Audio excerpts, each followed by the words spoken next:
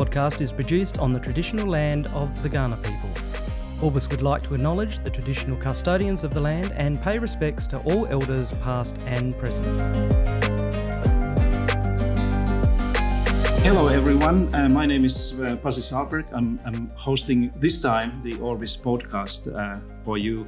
And I'm sitting here at the Woodville High School Special Interest Music Centre with Ben Fuller and Paul Monaghan. And we have amazing 5 students from this school and this music program here. And we're going to talk a little bit about things that have been happening in this school during the last few years. Paul and Ben, who have been participants of the 2025 Leading Future Learning program, have developed a change initiative or a project for this school that is centered on enhancing learner or student agency, as we call it, and collective responsibility by building the leadership capacity of student music leaders. That's a really interesting and for me, it's a kind of a curious thing to learn more about. I learned this morning that there are 110 students enrolled in the special interest music program, and you make an amazing number of 70 performances during the school year. Is it true?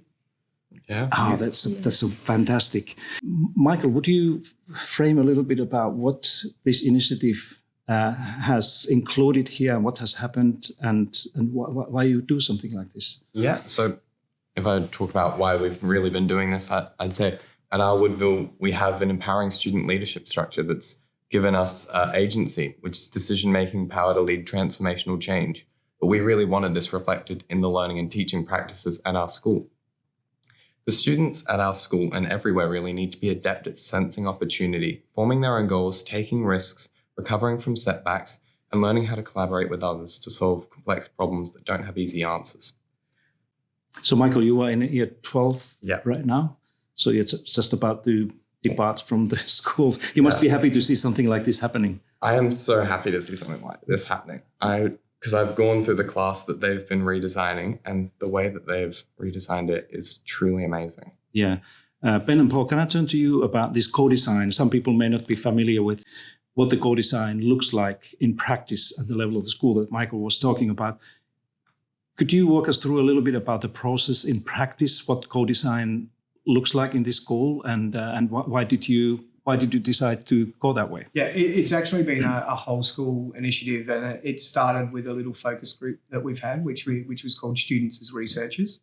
And the way it worked was we picked 3 curriculum areas, and teachers from each of those areas got to work with a small group of students from each year level just to think about one class that they had and work together with the students to kind of co-design it. So we did that in some mathematics, we did it in English, and we also did it in music as well.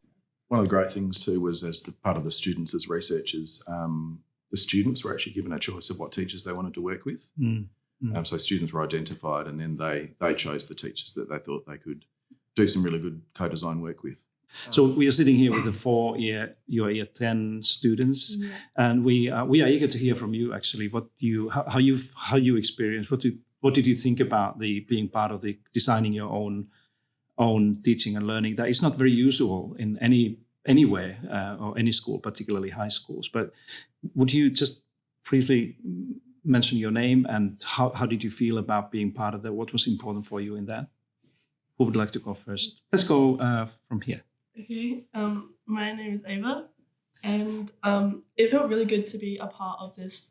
It was like, I felt like I was a part of like a team and a community, and like we're all trying to reach a shared goal that we were all working towards, and we were like working together with the teachers. And it was really nice to work with the teachers and like other students to hear how everyone's ideas and everything to like create different plans that mattered to the teachers and the students as well. So that was like really nice to work together with everyone. Excellent. How did you feel? Who are you and how did you feel? My name's Izzy, and I thought it was like really good. It made me think about how I actually like to learn, because like sometimes like you're just in school, like you just go through the motions, like you don't really think about what you're doing or why you're doing it. But then it kind of just made me like slow down and think this is actually how I learn best, and this is how like we can improve what we're doing, and everyone can like have more of an opinion. Great. Yeah. I think it was a good thing of what the others have designed to do. Obviously, I wasn't a part of the designing phase, but I was a part of designing how I could teach other people within our instrument groups, which is what these guys designed, and how this could help them learn. And I think it was good what they had done so that we had the opportunity to run how we wanted to learn. So working in our instrument group, obviously, we all are going to have our own different problems and different ways of playing, practicing, and tackling problems. So I think it was a good thing that we put it, what these guys have done, really. Mm. And would you tell your name as? Oh, I'm Elena. One more. I'm Phoebe, and I think it was really exciting to have input and be part of the creative choices that happened within it. It made the work, even just if the work wasn't, say, necessarily better, I think I was more motivated to do it because I created it. I think it then tied straight into the SACE board meeting that I went to with Mr. Fuller, how we were working on the student agency. And I think just being able to have input, even if that might not be the best, say, approach, because we are students. Yeah. We've only been alive for 16 years. Right. You know, but just doing it yourself made me at least feel more motivated to actually do it. I can tell you this: if these were my students and I hear something like this, I would be like proud of them. Absolutely. But can you speak a little bit about this? What you've seen from teachers and adults' point of view when you look at this change and ownership and leadership that these students are taking? How do you feel yourself as an educator? What are some of the important changes that you realize? I think one of the great things that this work that's being done at the moment has helped us with is it's given student perspective on things, better ways of doing things that we have routinely done. So particularly in this subject, we've had a system that's been in place for a very long time, but the students identified that there was a better way of doing it. So that's fantastic. And then I think what we've seen from this particular initiative is that there's much greater engagement, there's much greater ownership, and the work that's being done seems to be more relevant to the students. Yeah, and just to add on to that, the big things that I've seen is particularly the quickness of the planning. I can't believe how quick you organised it, and attention to detail was amazing. Any teacher would just go, okay, that's fantastic. But just the level of leadership, the level of knowledge that they've gained out of it, more about their own instrument, but also other instruments, and the level of professional conversation that's come out of the individual masterclass sessions. And then when we combine two masterclasses together and share what kind of skills, strategies and techniques that we're using towards improving our performance practice, it's just really opened up an increased level of dialogue. And not only that, but more importantly, a safer space. Yeah. Let's talk a little bit about the individual moments or stories that you may have that you're carrying with you based on what you've done. Ben, I remember your water bottle moment or story. Yes. Could you share this a little bit? I think it's really it was amazing. like the first meeting we had, and we were in the room, and we talked about the issues, the problems that were happening with the subject, and I said, okay, so I'm going to stop talking now. You guys design it. You've got to put together like an 8 to 10 week program. You can organise it any way you want. And I just listen to them start talking, and then it's like my water bottle's empty. So I'm like, okay, you can stay here and continue working on it. I'm going to go fill up my water bottle. So I went and did that, caught up with another staff member because we had to have a chat about something else. And I walked back in the room like 15, 20 minutes later, and they've showed me this document where they've got everyone from the class, they've split them into instrument groups. They've turned it into like a 10-week program. They've worked out which people are going to be performing in front of myself and with the accompanist.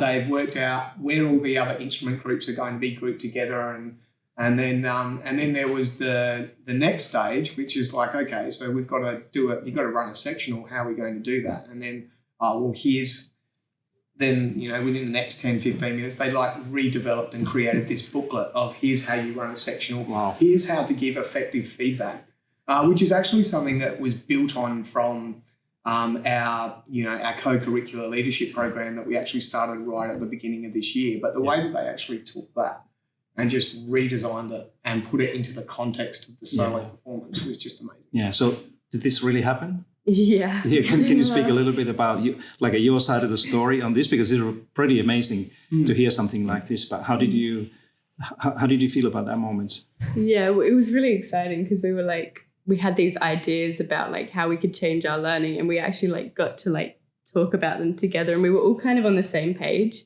which made it really good. So we just we were excited about it. We quickly did it because we thought we can implement this soon as well. Yeah. Amazing. Yeah. Michael, you've seen a little bit longer these things than the other four colleagues here. Do you have any particular moments or any stories on this journey that you would like to share with us? Oh, I remember doing the class that they've redesigned 2 years ago now or something, and just being able to talk with friends about how we thought we would run it, but back then wasn't doing a lot of leadership stuff. So going, perhaps we can't change it, we don't really have a say. To seeing this now where they are co-designing their learning, they're being given agency, it's incredible to watch. Mm-hmm. And I've talked to a lot of the people in that class. They've never been happier to attend one of these classes.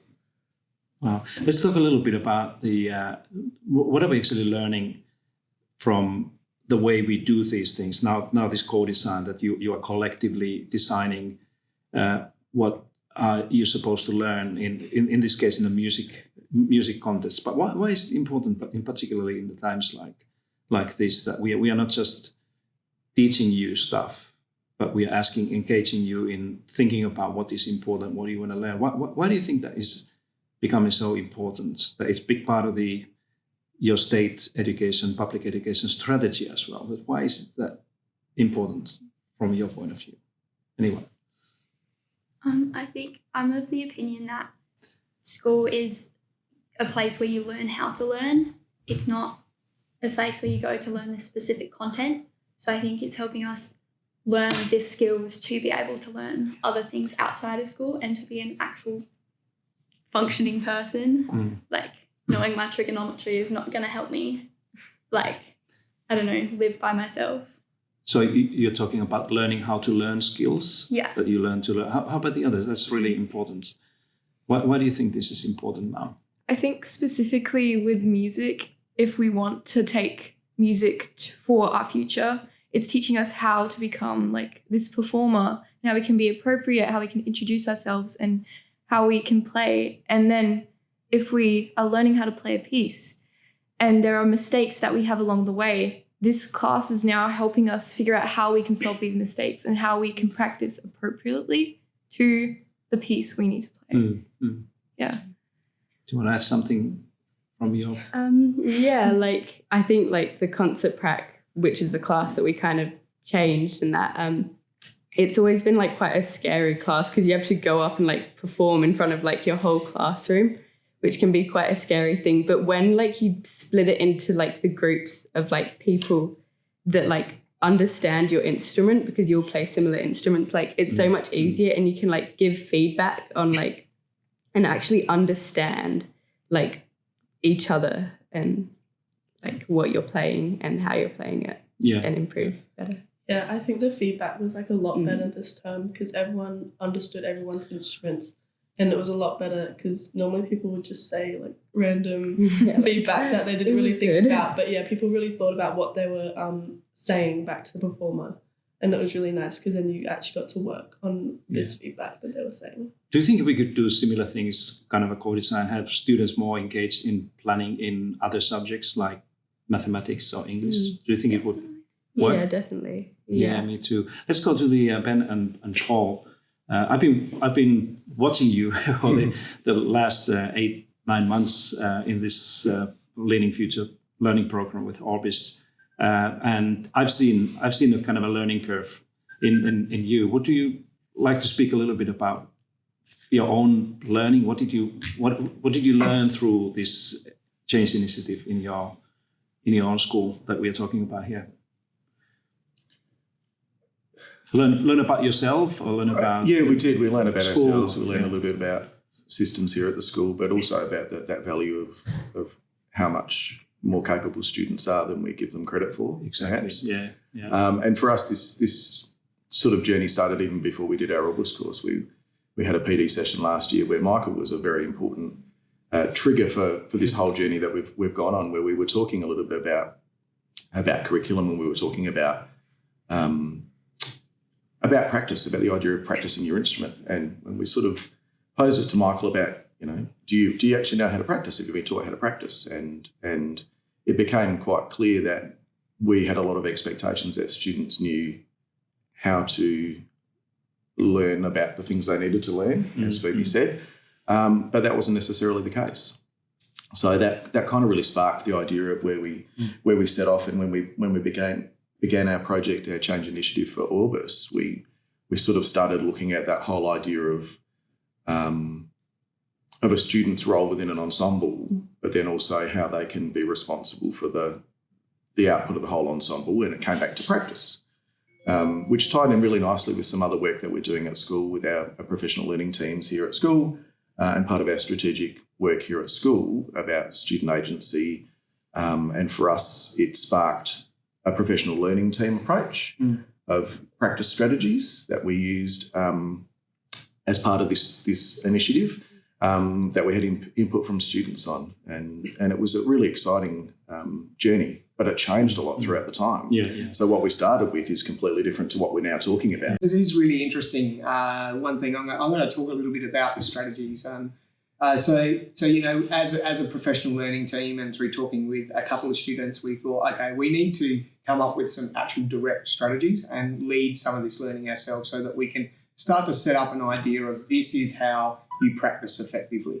And in talking to a lot of professional musicians, and we actually had a special guest come in the other week, Mark Bain, who works with the Tasmanian Symphony Orchestra, and even he was saying, I wish I knew an effective way to practice before school. So we kind of set up that idea, and then we kind of introduced these strategies to the students. And there was one great moment from you, Phoebe, when we were sitting in there, and I'm saying, right, you've got to reflect on your practice strategies. And she goes, well, a lot of these strategies are great for woodwind and brass players and stuff, but I'm a singer, right? And so these are not particularly. I would use this strategy in this way, and I would actually use this one, which is a different strategy. Yeah. So.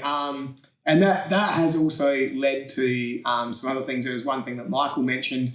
We talked about using practice diaries, and he would say that, well, when I would practice, you'd ask me to fill in a practice diary, and I'd spend half my time filling in the diary and not actually doing any practice. But then, and I think the students will, have a few comments about these as well. But we went into this phase where we said we're going to do practice videos.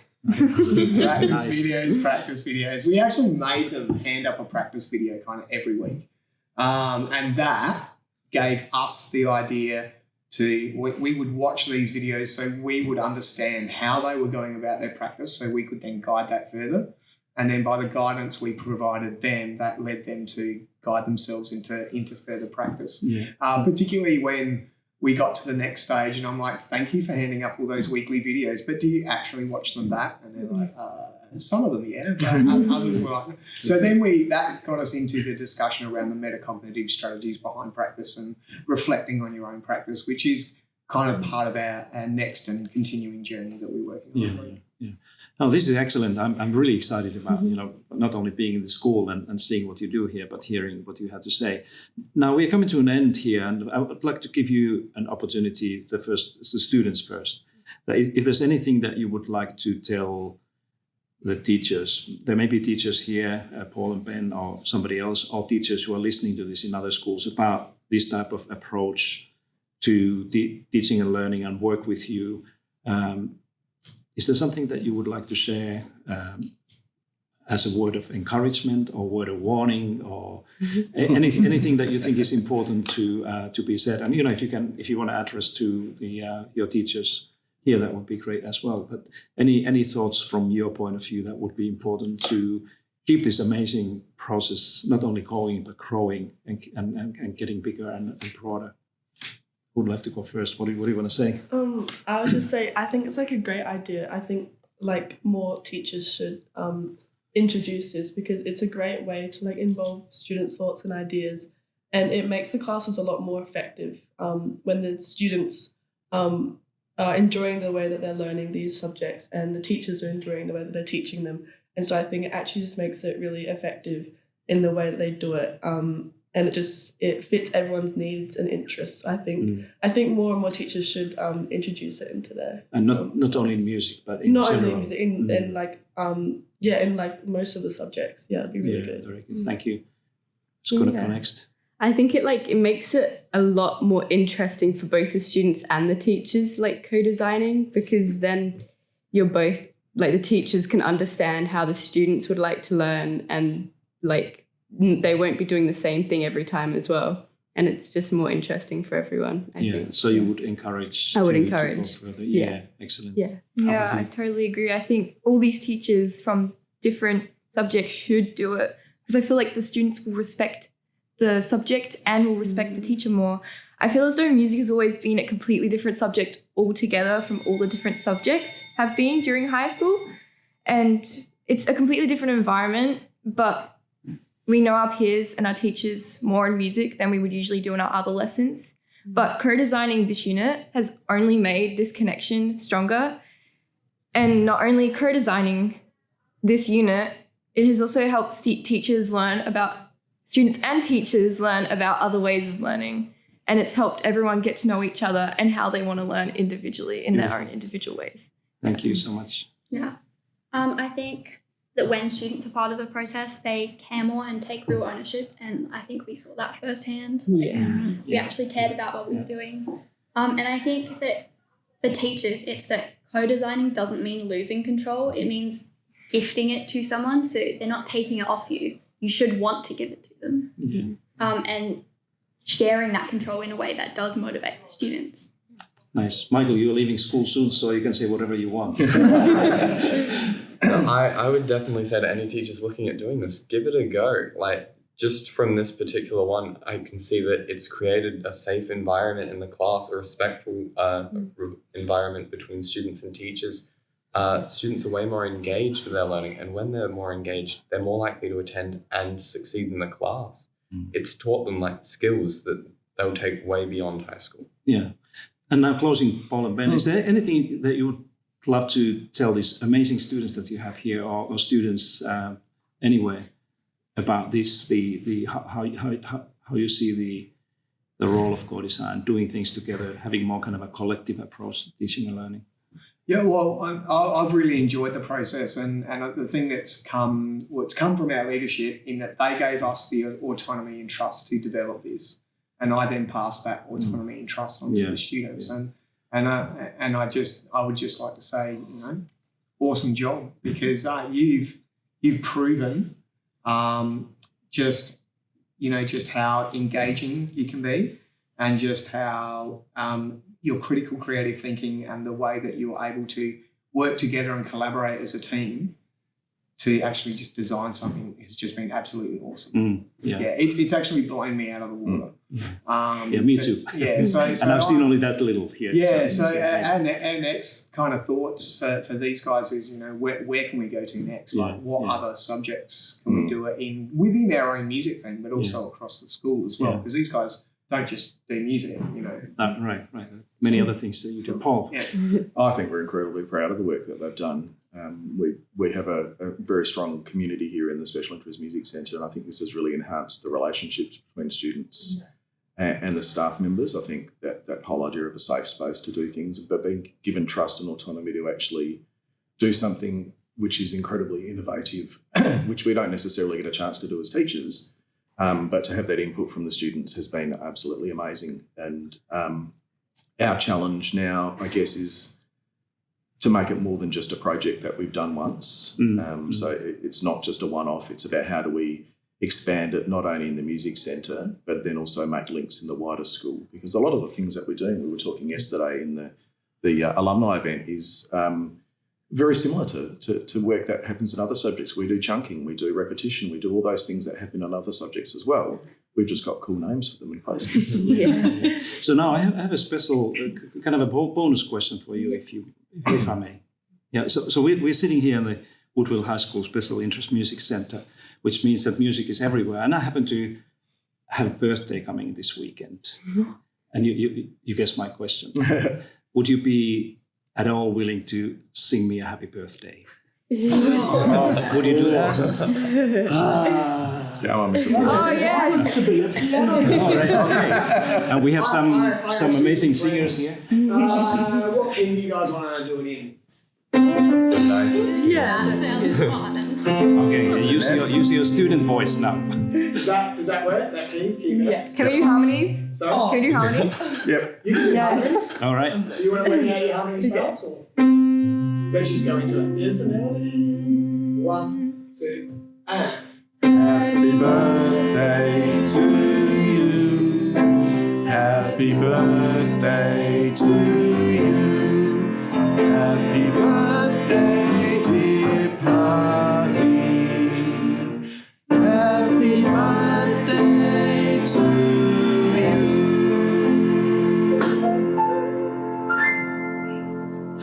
Amazing. That's the best birthday present ever. Thank you so much, sir.